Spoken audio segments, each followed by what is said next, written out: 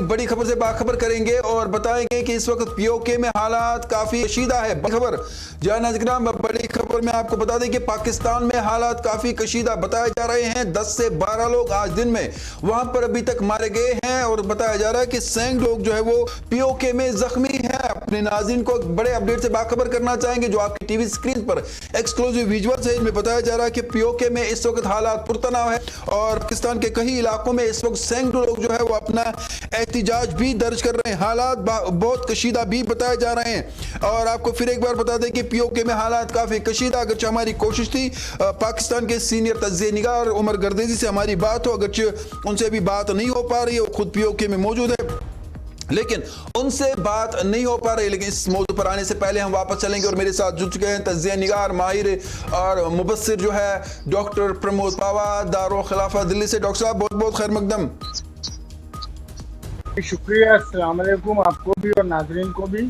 Doctor साहब, चूंकि आज आपका इस प्रोग्राम में आना बहुत अहमियत का हामिल था, बड़ी इंपॉर्टेंस इस प्रोग्राम की है और हम आपसे जानना चाहेंगे, हम देख रहे हैं कि जहां फ़लस्तीन को हल करने की बात की जा रही है, अमन मुआहिदा और 21 नुकाती पॉइंट्स रखे गए हैं डोनाल्ड ट्रंप की तरफ से, वहीं पर हम देख रहे हैं कि आजकल पाकिस्तान बड़ा करीबी दोस्त लग रहा है डोनाल्ड ट्रंप का। मैं आपसे जानना चाहूँगा, पाकिस्तान के उस वक्त अमेरिका के साथ रिश्ते अच्छे हो रहे हैं जब फ़लस्तीन का मसला हल करने की बात की जा रही है, आप इस पाकिस्तान को कहीं ना कहीं ये कहा जा रहा है कि आप इजराइल को तस्लीम करें और आपकी जो है हम हमको अशरफियों से नवाजेंगे। देखें कितनी तकलीफ दे बात है कि आज सल्लल्लाहु अलैहि वसल्लम पीस बी अपॉन हिम ईसा अलैहिस्सलाम और गुरु नानक देव की हिदायतों को अपनी जिंदगी में मानने वाले महात्मा गांधी का यौम पैदाइश है और हम चारों तरफ तशद्दुद और जंग के माहौल देख रहे हैं। तो ऐसे में जब इजराइल ने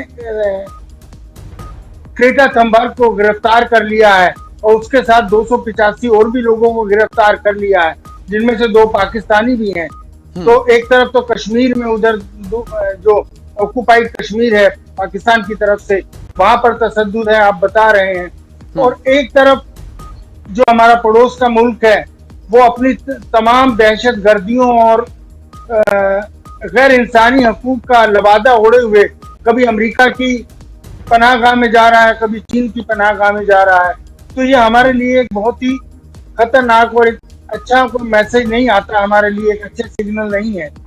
जहाँ तक बात है इसको हाफिज मुनीर को और शहबाज शरीफ को व्हाइट हाउस में बुलाने की और उसको उस तरीके से इज्जत बख्शाई करने की, तो आप मान के चलें कि ये ऐसे लोग हैं जो दोनों तरफ से हर तरफ से मौका सिर्फ यही तलाशते हैं कि किसको कहां से लूटा जाए और ये उसी काम में माहिर है। अमेरिका ये चाहता है कि जो खलीजी जंग चल रही है या जो इजराइल के ऊपर खतरे मंडरा रहे हैं उन सब परेशानियों को वो साउथ एशिया में, जनूबी एशिया में लेके चला है और उसी वजह से ऐसे माहौल नजर आ रहे हैं हमारी तरफ। ऐसा कुछ लग रहा है कि पाकिस्तान को उकसाया जाएगा कि वो भारत के खिलाफ और कुछ कदम उठाए या भारत को और तकलीफ दे। हमें इस चीज से खासतौर से ध्यान देना चाहिए और खासतौर से इस चीज को। डॉक्टर साहब, जिस तरह से मेरा पहला सवाल था आप उसके शायद आपने कुछ और भी एड ऑन कर दिया है। मेरा सवाल ये था, जो मुलाकातें हो रही है क्या वो इसलिए भी हो रही है कि पाकिस्तान को प्रेशराइज किया जाए, उन्हें कहा जाए कि आप इजराइल को तस्लीम करें तो एक पीस प्रोसेस डील चलाई जा सकती है, या आपका ये कहना है कि नहीं, ये जो सब कुछ मुलाकातें हो रही हैं ये भारत को प्रेशराइज करने के लिए हो रही है ट्रंप के साथ? देखिए, ये सिर्फ कहने की बात है कि पाकिस्तान तस्लीम करे। अगर हकीकत में देखा जाए तो पाकिस्तान ने बहुत पहले ही उसको तस्लीम कर लिया हुआ है। बेशक वो उसको पब्लिक परसेप्शन में नहीं लेकर आता, ये सामने नहीं दिखाता।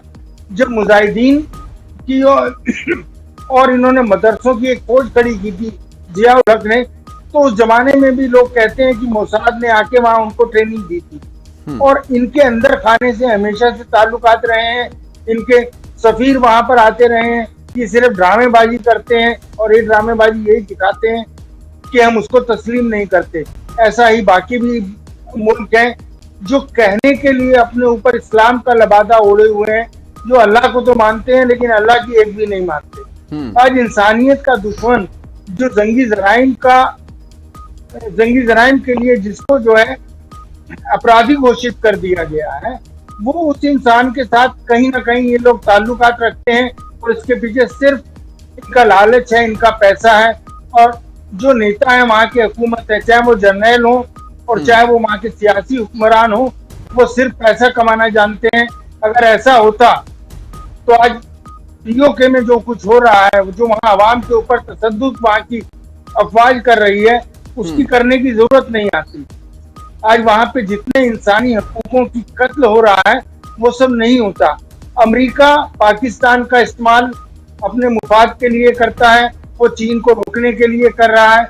और कहीं ना कहीं मुझे लगता है कि पाकिस्तान, चीन और अमेरिका दोनों को अपना आधा आधा हिस्सा देके भी खुश रहेगा, उसको उसमें भी कोई तकलीफ नहीं होगी।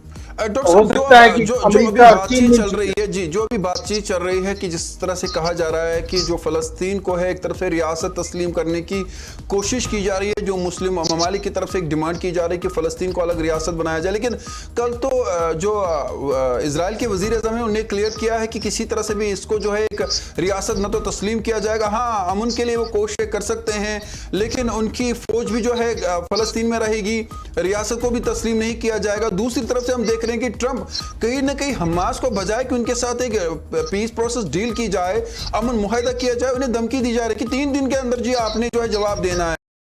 भी कहा जा रहा है कि देखिए हमारी फौज तो वहां रहेगी लेकिन आपको अमन दिया जाएगा। तो ये क्या आपको लगता है कि ये जो कुछ भी हो रहा है ये सारा प्रेशराइज है डोनाल्ड ट्रंप पर इजराइल का, कि आप ये पॉइंट्स रखें और इसे तस्लीम किया जाए? नहीं, ट्रंप की मौजूदगी में अगर नेतन्याहू के ये कहता है कि मैं फिलिस्तीन का नाम भी नहीं लेने दूंगा और फिलिस्तीन कोई नाम से कोई मुल्क होगा ही नहीं, तो इसका मतलब कहीं ना कहीं ट्रंप की उसमें हामी है। और उसके अलावा एक चीज देखिए कि ट्रंप ने टोनी ब्लेयर को वहां का गवर्नर बनाने की बात की है। टोनी ब्लेयर वो है जिसके ऊपर इराक में कत्ले गारत का और दुनिया भर में इस तरीके के इंसानी हकूक के खिलाफ गर्जी और झूठी जंगे फैलाने का उसके ऊपर इल्जाम है। तो वो ये खुद ही ये चाहते हैं, खुद ही ये कहते हैं कि हमास पीछे हट जाए, उनको बहाना मिल जाए।